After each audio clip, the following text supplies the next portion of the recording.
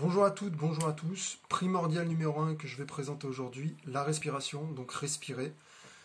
On a tendance à penser que respirer, c'est quelque chose de naturel et d'automatique. Ce qui est faux, c'est quelque chose de semi-automatique. Ça veut dire que notre corps nous laisse la possibilité à certains moments de contrôler notre respiration. Et n'oublions pas que le jour de notre naissance, il nous a fallu un stimuli pour enclencher ce mécanisme, soit par directement l'accouchement ou la bonne vieille claque du médecin.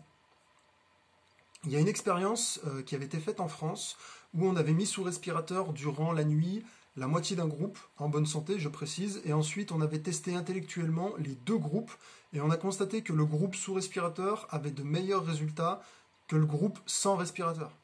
Donc ça ne veut pas dire qu'il faut dormir avec un respirateur et qu'il faut aller en acheter un.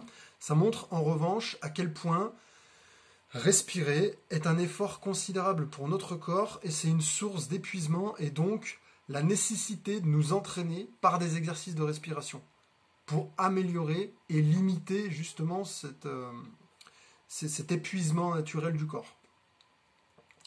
Donc la première question qu'il faut se poser du coup c'est combien de temps peut-on passer sans respirer ?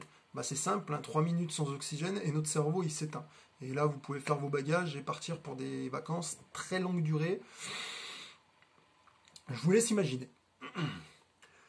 Deuxième question qu'il faut se poser maintenant, c'est quel volume d'air utilise-t-on chaque jour ? Ça, c'est une question qu'on se pose jamais. Moi, le premier. Voilà. Donc, si vous vous posez la question maintenant, j'en suis sûr que vous ne savez pas répondre. Donc, je vais y répondre. C'est facile à calculer. Il suffit de connaître votre volume pulmonaire. C'est environ 4 à 5 litres pour un adulte. Et votre rythme cardiaque qui est entre, en moyenne, 60 et 80 pulsations par minute. Donc, vous faites le petit calcul, ce qui va nous donner un total que j'ai arrondi, bien sûr, d'environ 23 000 litres d'air chaque jour. Ce qui signifie que vous avez besoin minimum de 20 000 litres par jour pour que votre cerveau et votre corps puissent fonctionner simplement normalement. 20 000 litres d'air. Ce qui nous amène du coup à une nouvelle question à se poser. Quelle est la qualité d'oxygène que je respire ?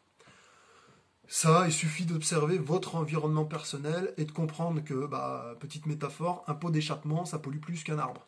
D'accord ? Donc ça, c'est une observation personnelle.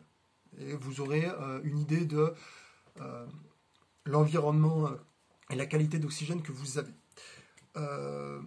Il faut aussi toujours vous poser la question si vous avez été dans un milieu clos, comme par exemple votre chambre ou une pièce de travail, où vous passez beaucoup de temps dedans, si le volume d'air présent est suffisant pour ne pas risquer de respirer de l'air vicié, et au bout de combien de temps je dois aérer la pièce pour rester dans un environnement sain.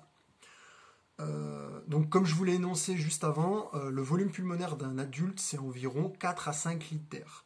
Mais la question qu'on va se poser, peut-on augmenter ce volume pulmonaire ? Eh bien oui, on peut.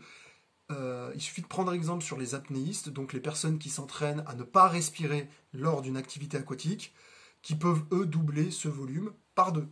Passer de 4 à 5 litres à 8 à 9 litres d'air. Donc c'est pas négligeable, donc on peut, c'est très intéressant. Donc moi je vous invite à prendre exemple sur une personne qui s'appelle Guillaume Néry, que vous devez sans doute connaître, qui est un apnéiste français mondialement reconnu dans ce domaine. Et le premier exercice que je vous conseille, et qui montre d'ailleurs, c'est de commencer par la respiration dite en carré. Maintenant, il y a le chant ou l'exercice dit du stomach vacuum qui vont vous faire aussi beaucoup de bien au niveau du diaphragme et du transit intestinal. Donc c'est des exercices aussi que vous pouvez faire. Donc renseignez-vous sur le sujet. Bien sûr, n'oublions pas que tous les exercices de cardio vont améliorer notre respiration, car entre faire de la marche, du vélo, des footings ou encore des burpees et bien d'autres, ils vont forcer votre corps à respirer de façon très différente, ce qui donnera à votre cœur et vos poumons une endurance et une résistance bien plus grande. Et enfin, vous avez aussi certains exercices qui peuvent vous permettre de savoir si vous avez des problèmes de santé au niveau pulmonaire. Pour les curieux, référez-vous à un hindou du nom de Sadhguru. Il a une chaîne YouTube qui s'appelle Sadhguru France. Allez voir dessus, informez-vous si vous êtes curieux. Et la cerise sur le gâteau, 90%, ça c'est le petit gâteau de la fin, le petit cadeau de la fin, gâteau de la fin aussi. 90% des raisons qui poussent à aller voir un médecin généraliste, pas spécialiste, un généraliste, peuvent être résolues avec des exercices de respiration contrôlés, dits de cohérence cardiaque. Bon, maintenant, il ne faut pas planer non plus. Ça répare pas une entorse, ni un empoisonnement, ni une fracture. Donc il faut juste remettre les choses dans le contexte. Mais 90% des raisons qui poussent les gens à aller voir un médecin généraliste peuvent être réglées avec des exercices de respiration. C'est pas négligeable. Donc mon conseil, c'est de vous référer aux travaux du docteur David O'Hare. Donc moi j'ai acheté 2 livres très utiles. Le premier c'est Cohérence cardiaque 365. Voilà, ça vous donne un ordre d'idée. Et le deuxième que j'ai lu aussi de lui, c'est Cohérence Kid, donc pour les enfants. C'est très utile et très intéressant. Donc si vous avez envie de faire un investissement, faites celui-ci.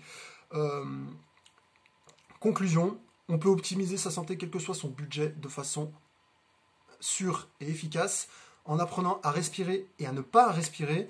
Donc place à l'entraînement et investissez votre temps et votre argent dans l'accumulation de savoir propre à vous-même qui vous permettront d'améliorer durablement votre santé.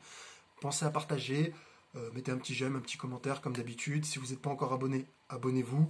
La suite est tout aussi intéressante que ce que je viens de donner là, si vous avez trouvé ça intéressant bien sûr. Prenez soin de vous et à la prochaine vidéo.